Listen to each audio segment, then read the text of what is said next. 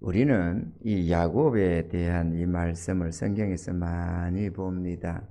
오늘 본문 속에서는 야곱이 형 에서의 낯을 피해서 또 아내를 얻기 위해서 하란으로 찾아가고 있는 그런 중이었습니다. 야곱의 삶을 돌아보면 참 파란만장한 그런 삶이었습니다.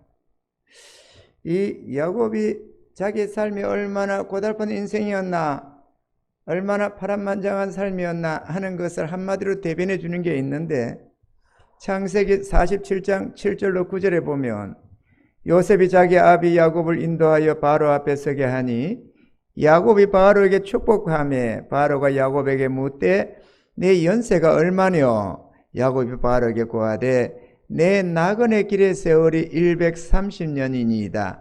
나의 연세가 얼마 못되니 우리 조상의 나그네 길의 세월에 미치지 못하나 험악한 세월을 보내었나이다. 이렇게 말하는 험악한 세월을 보냈다고 하는 이 고백 속에서 야곱의 일생이 그렇게 순탄치만은 않았다라는 것입니다. 에서가 야곱을 죽이려고 생각을 했습니다. 왜 그랬느냐? 다름이 아니고 에서의 장자권을 가져가게 되고, 물론 자기가 팔아먹었습니다. 팥죽 한 그릇에 장자권을 팔아먹고 그 다음에 아버지로부터 장자의 축복권을 받아가고 말았습니다. 기도를 통해서 말이죠. 그러다 보니까 에서가 야곱을 향해서 원한을 가졌습니다. 에서와 야곱은 쌍둥이 형제입니다. 그래서 에서가 이제 아버지 곡할 때가 다 됐다. 그러니까 아버지가 곧 돌아가실 텐데 그러면 내가 저 야곱을 죽여버리리라, 이렇게 결심을 했던 것입니다. 쌍둥이 나이도 똑같은데 형 에서는 이 사냥꾼이고 들사람이었습니다. 아주 그냥 자기 이 힘을 믿고, 오늘날 말하면 쉽게 말하면 내 주먹을 믿는, 자기 스스로의 그런 힘을 가지고 살아가던 아주 그런 날쌘 강인한 사람이었습니다. 그런데 비해서 야곱은 종용한 사람, 엄마 리브가의 치마폭에서 돌던 집안에서 조용히 하나님 경배하며 찬양하며 살아가는 그런 순둥이였습니다. 그러다 보니까 실질로 두드려 패비면 야곱은 죽을 수밖에 없는 그런 모습이었다라고 할 수가 있겠습니다. 어쨌거나 그렇게 해서 아버지가 돌아가시면 저 야곱을 죽이겠다라고 했는데, 그때 아버지 나이가 몇 살이냐? 135세였습니다. 135세 때 내가 저를 이제 얼마 안 있으면 아버지 돌아가시겠지. 135세나 되니까. 그러면 내가 그때는 죽인다. 이렇게 생각하고 있었습니다. 그 소리를 엄마 리버가가 전해 듣게 되고 자기 남편에게 부탁을 해서 하란으로 원래 보내게 됩니다. 자기 친정집으로 보내가지고 이 에서가 이 집 분노를 하고 있으니까 이 노가 좀 사그라질 때까지 좀 떨어뜨려 놓자. 그리고 거기 가서 아내감을 좀 얻도록 하자. 이 가나안 여자 속에서는 도대체가 마음에 드는 신부감이 안 논다. 믿음의 며느리감을 얻을 수가 없으니까 저리 보내자 해서 아브라함이 떠나왔던 본토 친척 아비집이 있는 그곳으로 돌려보내게 됩니다. 그래서 이제 야곱이 이제 브엘세바를 떠나서 하란을 향하여 가고 있는 중에 한 곳에서 해가 졌습니다. 그래서 노숙을 해야 되는데 이렇게 저렇게 돌아보다 보니까 반반한 한 돌이 하나 있어가지고 그것을 베고 밤에 잠을 자게 됩니다. 잠을 잤는데 꿈에 한 사닥다리가 땅과 하늘에 연결되는 긴 사닥다리가 하나 서게 됐는데 그 사닥다리 위로 천사들이 오르락 내리락 하는 것을 봤다는 것입니다. 그래서 그 속에서 여호와 하나님이 서서 말씀하시는데, 나는 여호와니 너의 조부 아브라함의 하나님이요 이삭의 하나님이라. 너 누운 땅을 내가 너와 내 자손에게 주리니 내 자손이 땅의 티끌같이 되어서 동서남북에 편만할지며 땅의 모든 족속이 너와 내 자손을 인하여 복을 얻으리라. 이렇게 말씀을 하는 것입니다. 내가 너와 함께 있어 네가 어디로 가든지 너를 지키며 너를 이끌어 이 땅으로 돌아오게 할지라 내가 내게 허락한 것을 다 이루기까지 너를 떠나지 아니하리라 하신지라. 이 꿈을 꾸고는 야곱이 잠에서 깨어나서는 엄청 두려워했습니다. 아, 여기가 바로 하나님의 전이구나 이렇게 생각을 했습니다. 그래서 아침에 일찍 일어나자마자 자기가 돌베개 베었던 그 베개를 기둥으로 세우고 거기에 기름을 붓고 거기에 경배를 했습니다. 그리고 그곳 이름을 베델이라 하였더라라고 했습니다. 베델이란 하나님의 집이다 이런 뜻입니다. 그리고 야곱이 서원을 합니다. 야곱이 서원하여 가로되 하나님이 나와 함께 계시사 내가 가는 이 길에서 나를 지키시고 먹을 양식과 입을 옷을 주사 나로 평안히 아비 집으로 돌아가게 하시오면 여호와께서 나의 하나님이 되실 것이요 내가 기둥으로 세운 이 돌이 하나님의 전이 될 것이요 하나님께서 내게 주신 모든 것에서 10분의 1을 내가 반드시 하나님께 드리겠나이다 하였더라. 할렐루야. 우리가 이 본문 속에서 우리가 몇 가지로 교훈받고자 합니다. 첫째는 꿈에 본 이 사닥다리는 다름이 아니라 예수 그리스도였다라는 것입니다.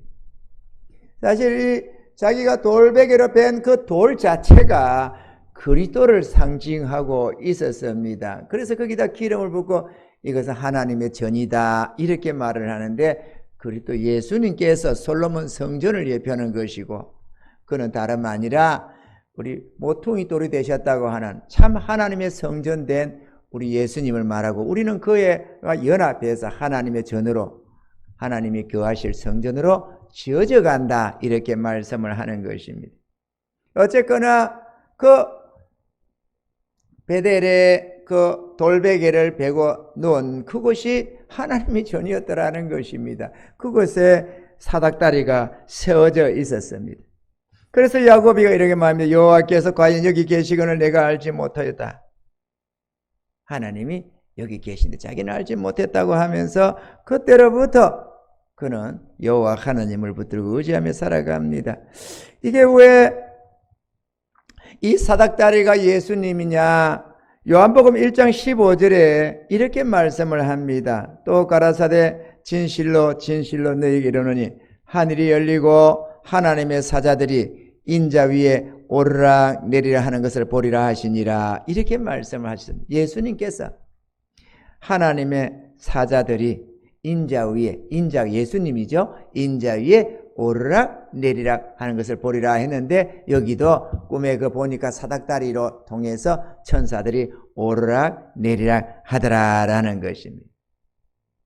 사랑하는 성도 여러분, 우리가 흔히 생각하는 예수님은 십자가 위에 달려서 우리의 죄값을 대신 치러 주시고 사흘 만에 부활하셔서 하나님 보좌 우편에 올라가 계시고 우리가 그 예수 십자가의 은혜를 믿음으로 죄 사함 받고 구원받는다 이렇게 생각을 하는 것입니다. 그리고 이제 우리가 신앙생활 바르게 이제 교회 생활을 하면서 믿음 생활 잘하면 하늘의 칭찬도 상급도 가득히 쌓고 때가 되면 주 하나님 부르실 때 천국 가서 영원히 행복을 누린다 이렇게 생각을 하는 거죠.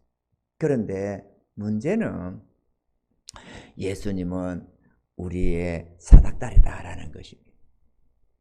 사닥다리라는 거 우리가 지붕 같은 거를 뭐 연극이나 옛날에 그런 거 보면은 요즘에는 지붕에 올라갈 때 뭐 사닥다리 타고 올라가는 건 아닙니다만은 옛날 집들 초가집이니 뭐니 할 때는 사닥다리를 타고 올라갑니다. 다 기아집을 올라가든 초가집을 올라가든 사다리를 타고 올라가 가지고는 이렇게 다시 뭐 때때로 낡아지면 다시 또 그걸 걷어내고 다시 또 지붕을 덮고 수리를 하고 항상 그러거든요. 또 이런 기아짝을 또 뭔가 문제가 생겨 깨지고 부셔지고 하면은 또 드러내고 새로 갈아주고 이렇게 하는 것은 사닥다리를 타고 올라다니거든요. 우리 예수님이 우리의 사닥다리라는 것입니다. 이걸 우리가 기억에 둬야 합니다.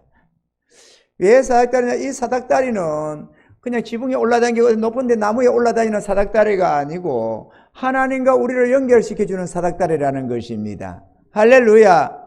우리는 잃어버린 고아와 과부와 같은 존재들이 되었습니다. 죄에 빠져서 하나님을 잊어버리고 하나님 없는 인생을 우리가 살았더랬습니다. 그러다가 마치 야곱이가 어쩌다가 돌베개 베고 잤는데 그것이 하나님이 전이요 하나님의 이 영광으로 나아가는 길이 되었던 것처럼 우리도 어떻게 하다가 주님을 만나게 되고 주의 구원함을 얻게 되었습니다. 그런데 그 예수님은 우리에게 구원을 주시는 생명의 하는 주님일 뿐만 아니라 하나님의 축복을 우리에게로 가져오는 축복의 통로요 사닥다리라는 것입니다.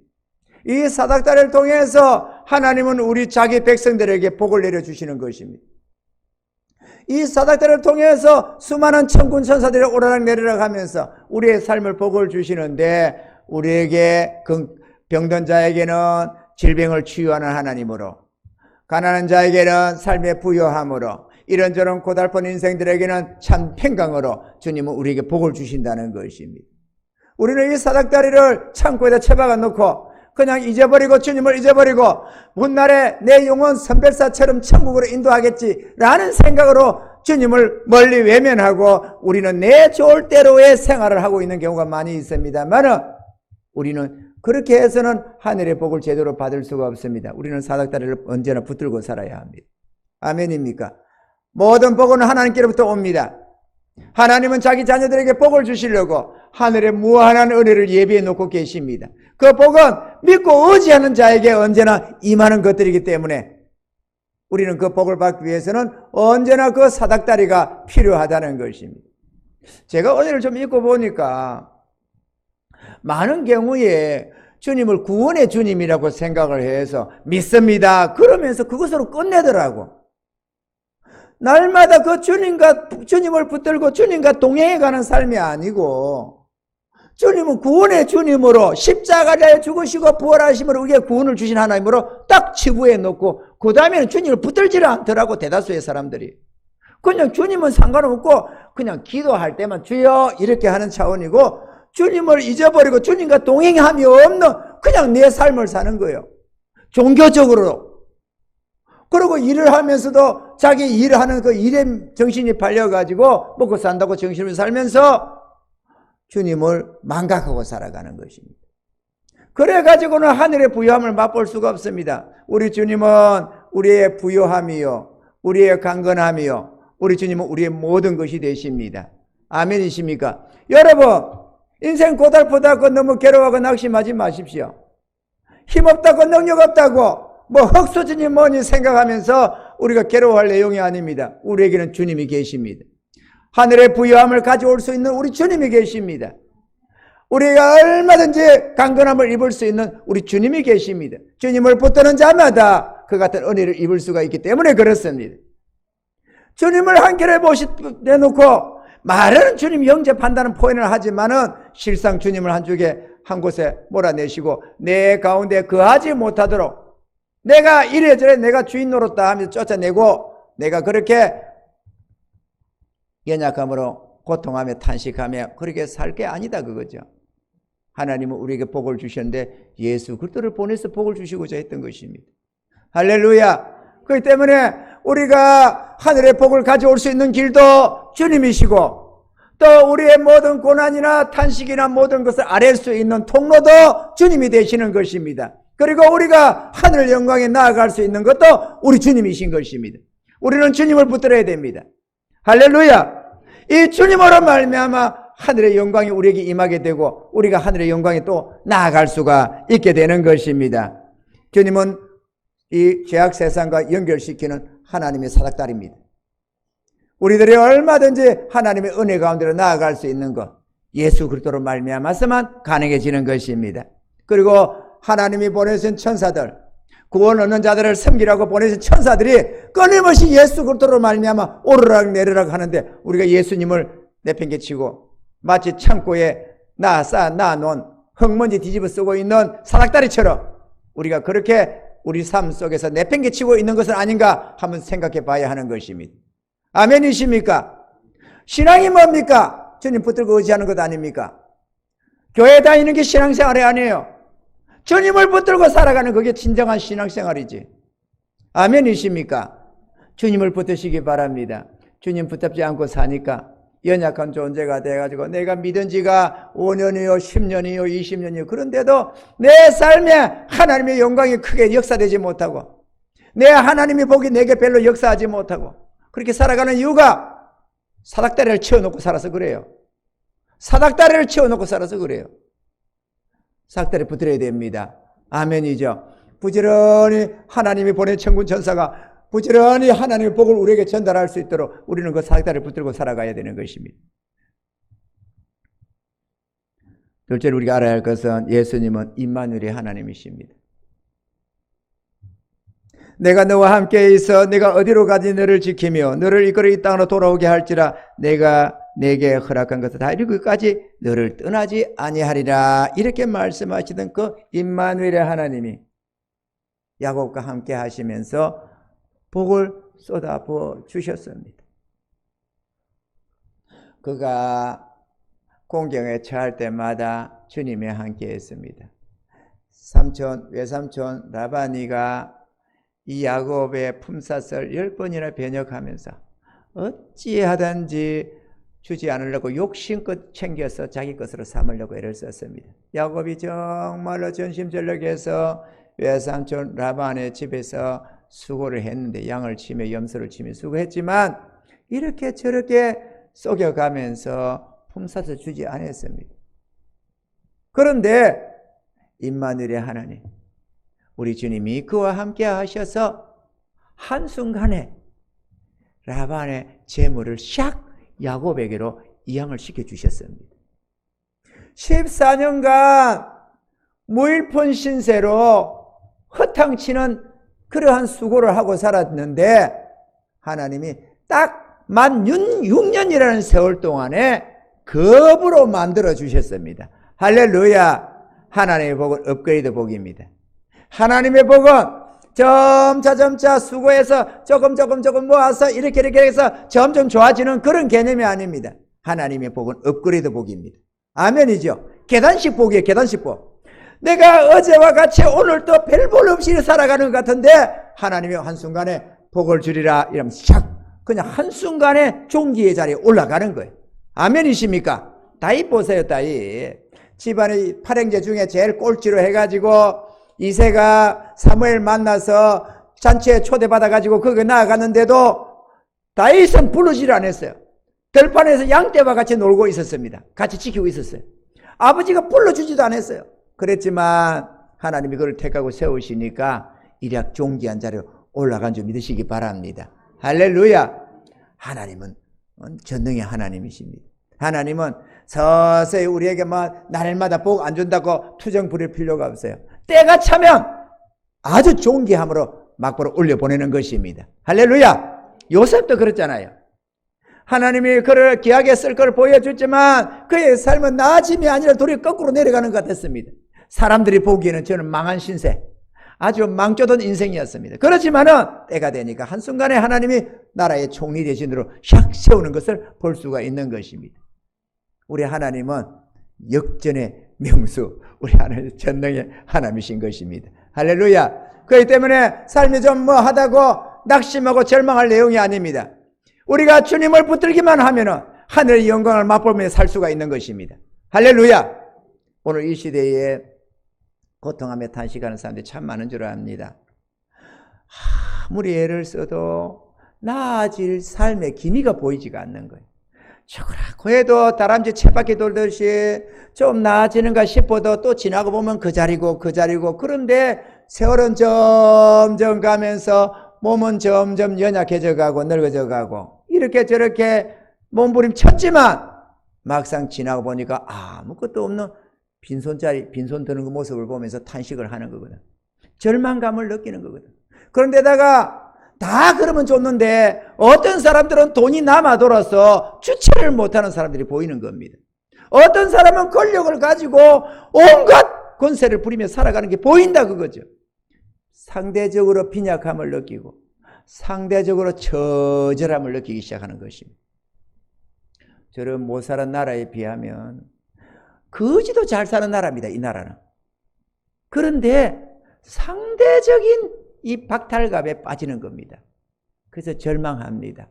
주의 백성들도 그냥 그 속에, 그 문화 속에서 탄식하며 고통하는 겁니다. 내가 예수를 믿는다고 하면서도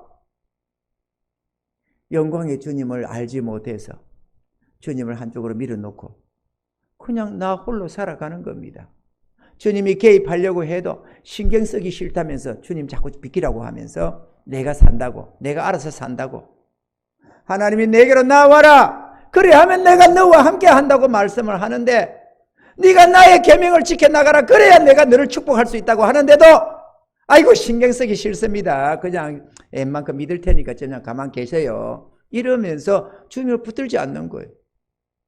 주님이 우리의 영광의 통로인데, 주님이 우리가 하늘 영광에 이르를 수 있는 우리의 계단인데 말이야, 사닥다리인데, 하나님이 우리에게 천군 천사를 보내서 복을 주고 평강을 주고 위로를 주고 축복할 수 있는 축복의 통로인데 주님을 내팽개치는 겁니다. 그냥 십자가에 돌아가신 걸로 끝내라 이거예요. 끝내라. 내가 너의 임마누엘의 하나님이라고 그런데도 싫다는 거예요. 싫다는 거예요. 여러분 어떻습니까? 여러분은 주님을 여러분의 주님으로 모시고 삽니까? 그냥 십자가에 대해 죽어서 생명이나 구원하는, 영혼 구원하는 하나님으로만 치부하고 살려고 하는 거 아니에요? 날마다 그분 붙들고 주님과 대화하면서 감사하면서 찬양하면서 주님 내게 이런저런 은혜를 달라고 기도하면서 내가 이런저런 문제가 있을 때는 주님께 구하고 아뢰고 하나님의 도움을 청하고, 내게 이런저런 좋은 선한 역사가 일어날 때 하나님께 감사하며 찬양하고 그 주님 앞에 마음을 드리고 그 주님을 붙들고 임마누엘의 하나님으로 살아가고 있느냐 그거죠.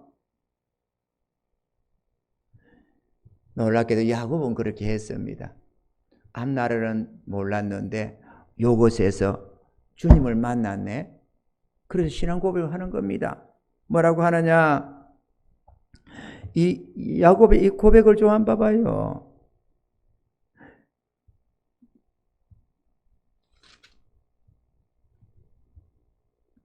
이게 20절부터 보면은 야곱이 서원하여 가로되 하나님이 나와 함께 계시사 내가 가는 이 길에서 나를 지키시고 먹을 양식과 입을 옷을 주사 나로 평안히 아비 집으로 돌아가게 하시오면 여호와께서 나의 하나님이 되실 것이요 내가 기둥으로 세운 이 돌이 하나님의 전이 될 것이요 하나님께서 내게 주신 모든 것으로 그것에서 10분의 1을 내가 반드시 하나님께 드리겠나이다 하였더라.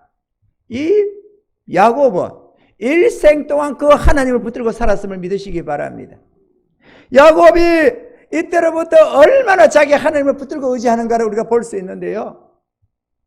라반이 그렇게 품삯을 안 주려고 띵가 먹으려고 이렇게 저렇게 별시럽게 다 애를 쓰고 이렇게 저렇게 사기치고 했지만 하나님께서는 야곱에게 역전할 수 있는 한순간에 보상받을 수 있는 길을 하나 주셨습니다. 그게 뭔가 하면은 꿈에 하나님이 나타나셔서 야곱아 봐라 이러면서 본다고 보니까 눈을 열어 보니까 꿈속에 양떼 순염소들이 암컷들과 교미를 하는데 보니까 얼룩얼룩 무늬를 가지고 있더라는 거죠. 그래서 하나님이 이런 걸 나한테 말씀하신 뜻을 주시는구나 생각해서 인간적으로는 불가능하지만 하나님이 보이신 그것을 믿고 라반에게 품삯을 새로 정하는데 삼촌이 뭘로 품삯을 주고 이러니까 처음에는 내가 지금까지 아무것도 개털이 아닙니까? 14년 동안 내가 개털이 됐잖아요.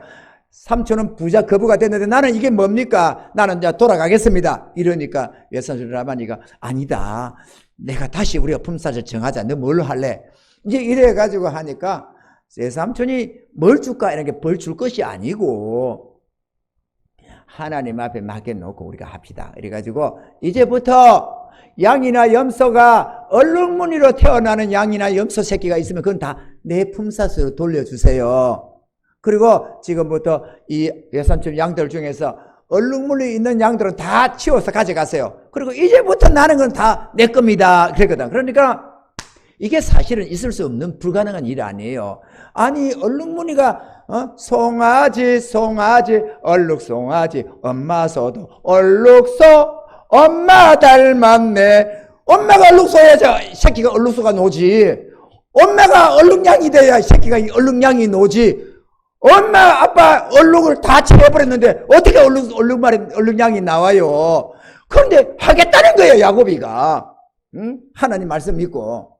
그랬더니만은 외삼촌 라만이 입이 찢어지고 이 기쁨을 감추려고 입이 실룩실룩 하는데 이놈이 뭐를 모른다 싶어서 이래가지고 계약서를 썼지 않겠어요? 거기서 쓰자! 이래가지고 확실하게 도장 꽝 찍었지. 그래! 얼룩물 나는 거 다 네 거다. 이렇게 딱 찍어버린 거야. 아이고, 그런데 하나의 비장의 무기가 있네. 신풍나무니 뭐 단풍나무니 해가지고 뭐 그 할 때 우리가 알다시피 그 보면은 나무를 벗겨가지고 그다가 딱 나눠가지고 양이 물을 먹으면서 염소가 물 먹으면서 새끼를 뵈니까 얼룩무늬가 생기더라는 거죠. 그래가지고 실한 놈들이 뵐 때는 그걸 놔놓고 약한 놈들이 날 때는 치우고 이러다 보니까 실한 것들은 죄다 야곱 것이 되고 약한 것들은 라반 것이 되고 이래가지고 딱 꼴랑 6년 만에 야곱이가 거부가 돼 돌아온다는 거 아닙니까? 할렐루야. 사랑하는 성도 여러분, 오늘 괴롭다고 낙심할 것 없습니다. 우리가 하나님의 지혜를 가지면 우리 주님을 붙들고 나아가면 영광의 사닥다리 되신 우리 주님께서 절대로 공수로 돌아가게 안 한다는 사실을 믿으시기 바랍니다. 내 머리를 굴려가면서 내 노력으로 사겠다고 애를 쓰니까 빈털털이 인생이 되는 거지. 주님 붙들고 어찌하면 영광의 하나님께서 그 사닥다리를 통해서 우리에게 복을 쏟아부어 주시는 것입니다. 지혜 하나만 딱 주시면 거부가 될 수 있어요. 이 땅에 그렇게 살아간 자가 무수합니다. 지혜 하나만 딱 열어주면 그 아이디어 하나가 수십억 수백억을 만들고 수천억을 만들어내는 역사를 얼마나 우리가 볼 수가 있습니다. 할렐루야. 하나님이 놀라운 은사 하나만 줘도 인생이 바뀌어집니다. 여러분, 하나님은 우리의, 예수님은 우리의 사닥다리입니다. 할렐루야. 우리는 그 사닥다리를 붙들고 살아야 되는 거예요. 그게 임마누엘이 하나님과 함께하는 거거든. 하나님이 나와 함께 하신다고 하지만, 나를 버리지 않는다고 하지만, 내가 그 하나님을 붙들고 의지해서 하늘의 복을 받아야 된다 이거죠. 근데 붙들지 않고 말이야. 아이고 뭐 괴로운 인생 뭐 그냥 내가 뭐 어디 절에 간다는 것도 아니고, 내가 뭐 그래도 집에 있거나 어디 있거나 내가 그래도 예수 믿는 사람인데 기독교인 아니냐, 이래 내가 예수 믿는다 뭐 자꾸 강조하지 마라 이래 샀는데, 강조가 아니고 주님을 놓고 산다니까. 다들 주님이 자기의 복인데 그걸 모르고 산다고 그거죠. 임마누엘 하나님이 나와 함께 하려고 하는데 자꾸 내가 걷어낸다 이거지. 주님대로 저리 가라고. 여러분 어때요? 주님 붙들고 삽니까? 내 삶 속에 주님이 개입하시도록, 나의 모든 필요를 공급하시며 나의 문제를 해결하시도록 주님을 붙들고 살아가느냐 그거죠. 주님 앞에 기도합니까? 주님, 내 이런 문제가 생겼습니다. 주님 아시잖아요. 도와주세요. 도와주세요. 여러분 기도하며 삽니까? 그냥 입에 발린 기도. 마치 물에 빠진 사람이 지푸라기 움켜잡는 기분 심정으로 사람 살려 이러듯이 그냥 그러면 허망스럽게 부르짖듯이 그냥 내가 예수 믿으니까 주여 도와주세요. 하나님 도와주세요. 이 정도로 하고 지나가는 것 아니에요? 문제가 생겨도. 왜 그렇게 사느냐고. 주님이 돕겠다고 있는데 우리 제약된 세상 하나님과 단절된 인생살이 속에 우리 예수님이 사닥다리를 이곳에 와 계시는데 우리가 그곳을 알지 못하고 그 주님을 붙들지 못하고 살아가는 것 아니냐고 그죠. 그러면서 고달프고 외롭게 살아가면서 탄식하면서 어쩔 수 없다는 생각만 하고 하나님이 주시려는 복은 생각도 안 하고 그 복을 믿음으로 받으라고 해도 주님 멀리하고 그렇게 사는 것 아니냐 그거죠. 우리는 깨닫고 돌아서야 됩니다. 우리는 깨닫고 돌아서야 됩니다. 할렐루야. 돌아섭시다. 돌아서야 합니다. 이 야곱은 그 이후로 이 불가능한 것 같은 그 품삯 정하는 것도 하나님이 보이신 지시대로 따라서 했습니다. 그리고 6년 만에 거부가 되었습니다. 그런데 어느 날 돌아가라는 거예요. 아버지 보면 돌아가라. 저 가나안 땅으로 돌아가라 그러는 거예요. 그러니까 두말하지 않고 짐을 싸오기 시작합니다. 싸서 그냥 샥 떠나버리는 거예요. 라반 거 다 놔놓고 얼룩 있는 거, 얼룩 양, 얼룩 소 이런 거로 말 이런 걸 해가지고 그거로 말미암아 약대도 사고 소도 사고 뭐 많이도 했거든요. 그래 부자가 돼서 돌아가는 거예요. 죄다 챙겨가지고 수많은 일꾼들 자기 종들도 샀고 이래가지고 데려가는 겁니다. 우리가 믿음 생활을 한다고 하면서도 우리는 어떤 좋은 기업, 어떤 좋은 어떤 것이 있었으면 그동안에 그게 은혜가 되어서 거기서 마음껏 누리고 살다가 하나님이 지시를 해서 떠나라 라고 해도 그것을 버리기가 아까워져요. 그것을 떠나고 싶지 않아. 이걸 어떻게 떠나놓고 가느냐 이거지. 그런데 주의 백성들, 임마누엘 하나님을 모시고 사는 자들은 순종하는 게 복입니다. 할렐루야. 아마 그거 붙잡고 있으면 야곱은 언젠가는 탈탈 털리고 죽든지 어든지 했을 겁니다. 그렇지만 하나님이 가라고 하니까 제 말씀에 적시로 순종해서 이 하란을 떠났다는 것입니다. 여러분, 아무리 아름다운 기업이고 아무리 아름다운 어떤 것이라 할지라도 그동안 하나님 주셔서 누리는 복된 어떤 것이라 할지라도 주님이 떠나라고 하면 적시로 우리는 떠나는 것이 순종의 길이요 축복의 길인 줄 믿으시기 바랍니다. 떠났더니만 라반이가 얼마나 앙심을 품고 있었는지 사람들을 거느리고 죽이러 오는 겁니다. 죽이러.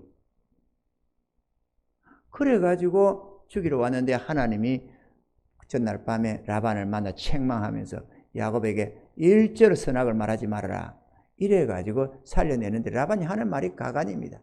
네가 보는 네 처자식도 다 내 거고 네가 보는 양이나 염소도 이것도 다 내 거고 전부 다 지 거래요. 그런데 하나님이 너를 해치지 말라니까 내가 나 놓는다 이러면서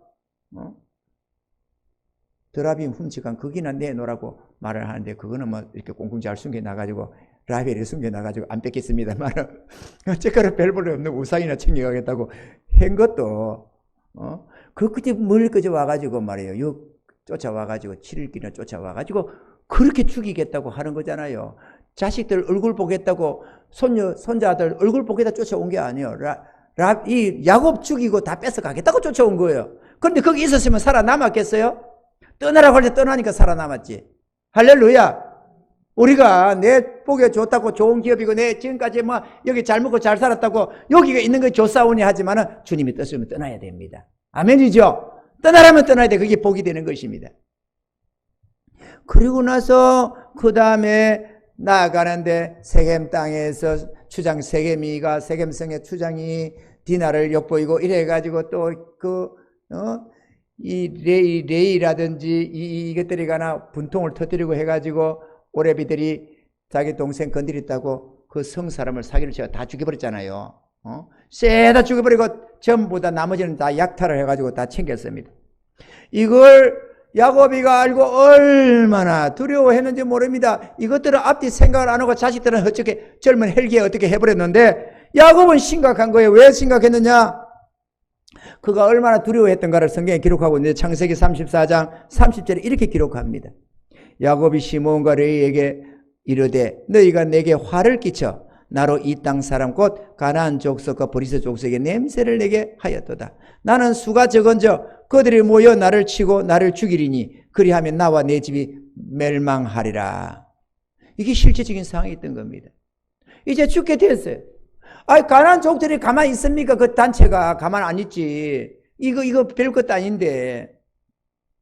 그래서 잡아 죽일 걸 뻔히 아는데 이제 풍전당 이제 다 죽었다. 우리 가문은 다 끝났다라고 생각되니까 하나님께도 기도합니다. 임마누엘 하나님 앞에 나아가서 하나님 어떻게 합니까?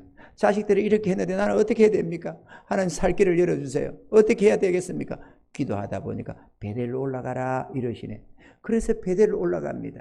하나님 베델로 올라가는데 이 위기 속에 응답하신 하나님의 말씀이 창세기 35장 1절 또 이어서 5절 이렇게 보면 이렇게 기록되어 있습니다.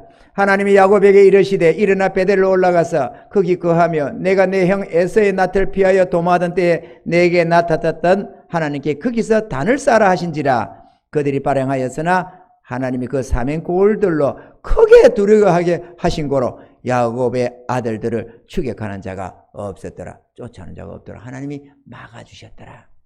할렐루야. 이 후에 이로부터 한 약 35년쯤 뒤에 애국국의 총리 대신이 된 요셉의 청함을 받고 야곱은 애국으로 내려가게 되는데 그때에도 하나님의 지시를 받고 있는 것을 우리가 볼 수 있습니다. 창세기 46장 1절로 4절에 이렇게 기록되어 있습니다. 이스라엘의 모든 소유를 이끌고 발행하여 브엘세바에 이르러 그 아비 이삭의 하나님께 희생을 드리니 거기 제단을 쌓고 예배 드렸다는 말이죠. 그랬더니만 밤에 하나님이 이상 중에 이스라엘에게 나타나시고 불러 가라사대 야곱아 야곱아 하시는지라. 야곱이 가로되 내가 여기 있나이다 하며 하나님이 가라사대 나는 하나님이라 내 아비의 하나님이니 애굽으로 내려가기를 두려워 말라. 내가 거기서 너로 큰 민족을 이루게 하리라. 내가 너와 함께 애굽으로 내려가겠고 정녕 너를 인도하여 다시 올라올 것이며 요셉이 그 손으로 내 눈을 감기리라 하셨더라. 이게 임마누엘의 하나님입니다. 굽이 어려운 상마다 하나님이 도움으로 함께 하시며 축복하시며 역사해 주셨던 것입니다. 할렐루야. 모든 어려움이 있을 때마다 그것을 오히려 전화위복으로 복을 바꿔주시고 축복하시는 하나님, 모든 위험에서 지켜보호하시는 하나님, 그분이 바로 우리 예수님이요 임마누엘의 하나님이신 것입니다. 하나님은 우리의 보혜사입니다. 우리 가운데 와 계시며 우리의 도움이 되시겠다고 합니다. 그러나 우리가 그분을 붙들고 의지할 때만 그분의 능력을 맛보며 전능하신 그 은혜를 맛보며 살아갈 수가 있는 것입니다. 왜? 믿음으로 붙드는 자들만 그 은혜를 누리게 해놨다 그거죠. 여러분 신앙생활을 편하게 하겠다고 얼렁뚱땅 적당히 하지 마십시오. 적당히 신앙이라는 건 있을 수가 없습니다. 내가 주님을 붙드느냐 안 붙드느냐, 이게 참 믿음이냐 거짓 믿음이 나타나는 것입니다. 조금 귀찮다고 마음대로 인생 내 마음대로 살겠다고 주님 물리치고 내 위에 아무도 두지 않으려고 간섭하지 말라고 주님이 뜻을 주셔도 다 무시해가면서 그렇게 사는 것이 복이 아닙니다. 그거는 고달픈 인생이 되고 잘못하면 그 길로 망할 수가 있는 것입니다. 아멘이십니까? 하나님은 우리의 복으로 주님을 보내주셨습니다. 그분은 우리의 생명이고 우리의 위로고 우리의 도움이시고 힘이시고 능력이시고 우리의 축복인 것입니다. 주님을 붙드셔야 됩니다. 주님을 붙드셔야 됩니다. 그래야 영광의 하나님께로 오르락내리락 사닥다리가 연결되기 시작하는 겁니다. 아멘이십니까 여러분? 그게 신앙입니다. 교회에 나와서 출석하는 이게 신앙이 아니고 예배 드리고 헌금 몇 분 드리고 찬양하고 이게 진짜 예배가 아니고 신령과 진정을 드리지는 예배란 거룩한 사안제사로 주님 앞에 나를 헌신하고 주님 붙들고 의지하고 순종하며 살아가는 그게 진짜 신앙이라는 거, 영적 예배라는 것을 우리가 알아야 하는 것입니다. 할렐루야. 우리의 도움이 와 계십니다. 여러분 한번 생각해 보세요. 만약에 대그룹의 회장님이 우리 아버지라면 어찌 될까요? 겁날 것이 별로 없겠지. 돈 때문에 궁핍해가지고 어려움 당하지는 않겠죠. 그죠? 필요한 거는 언제든지 아버지한테 전화 한 통하면 끝나. 카드 하나만 가지고 있어도 무한대로 긁을 수 있어. 할렐루야. 그런데 하늘의 하나님을 아버지로 모시고 예수님이 우리의 보혜사로 우리한테 와 계시고 우리 도움이 되시겠다고 하는데 우리가 비리비리할 이유가 뭐 있습니까? 전능자의 도움을 입고 살아야지. 우리에겐 카드가 또 있어요. 카드. 여러분 카드를 가지고 계신지 모르겠지만 통장에 잔고 몇 푼 없는 그 카드 말고 하나님 주신 카드가 있어요. 믿음의 카드. 그 카드를 가지고 얼마든지 선한 역사를 이루어갈 수가 있습니다. 주님을 붙들고 의지하면 하늘의 은행에서부터 얼마든지 우리의 필요가 공급되고 역사된다는 사실입니다. 이걸 아셔야 됩니다. 이 비밀을 알아야 합니다. 믿음의 비밀을 가져야 됩니다, 여러분. 그냥 교회 조금 왔다리 갔다리 하는 걸 신앙이라고 생각하지 마십시오. 야곱은 이때 주님을 만난 이후로 일평생 그 주님을 붙들고 주님의 지시를 따라 이렇게 하라, 네, 저렇게 하라, 네, 이래가면서 주님의 지시를 따라서 언제나 모든 위경에서 건진도 받았고 모든 위로를 받고 축복을 받았는데 그렇기 때문에 우리 하나님은 이 야곱을 들어서 아브라함과 이삭과 야곱의 하나님이라고 말씀을 하잖아요. 할렐루야. 그들의 하나님이 되셨습니다. 하나님으로 하여금 우리에게 복을 주실 수 있도록 우리가 주님 붙들고 의지하는 참된 믿음의 소유자가 다 되기를 바랍니다. 아멘이십니까? 사랑하는 성도 여러분, 우리도 신앙 고백이 분명해야 됩니다. 하나님이 나의 하나님이 되실 것이요 내가 반드시 하나님 앞에 10의 하나를 드리겠나이다. 이렇게 고백했던 야곱처럼 우리도 우리의 서원이 분명해야 됩니다. 우리도 우리의 신앙 고백이 분명해야 됩니다. 우리도 세례 받을 때나 직분 받을 때나 혹은 우리가 예배 때 드리는 이 사도신경이나 이런 신앙 고백이 분명해야 합니다. 그냥 입에 발린 말로 중연불하듯이 몇 마디로 하는 그거를 신앙이라고 생각해서는 안 되는 거다 그거죠. 확실한 내 믿음의 고백이 돼야지. 야곱은 그렇게 고백하며 살아갔고 그는 일평생 자기 주님을 붙들고 의지하면서 믿음의 삶을 살았더랬습니다. 우리도 마찬가지입니다. 내가 주님을 믿기로 작정했으면 그때부터 나의 하나님으로 모시고 내가 나의 믿음을 지켜가면서 주님의 음성을 쫓아서 살아가는 것입니다. 아멘이죠. 그러면 모든 위기에서 지켜주시고 건져주시고 우리의 모든 필요를 공급하시고 하늘의 영광을 보여주시고 낮고 비천한 우리의 존재가 영광의 하나님께로 나아갈 수 있는 사닥다리가 되어주시는 것입니다. 그럼 승리할 수 있습니다. 여러분. 우리는 승리할 수 있습니다. 고달픈 인생 세상 바라보면서 탄식하지 마십시오. 영광의 하나님을 향해 눈을 좀 뜨시길 바랍니다. 하나님이 도우시고자 하고 축복하시고자 하는 그 하나님을 향해 눈을 뜨셔야 됩니다. 그러면 슬퍼할 게 없습니다. 고통할 게 별로 없습니다. 세상에 알지 못하는 하늘의 부요를 맛보며 살아갈 수가 있는 것입니다.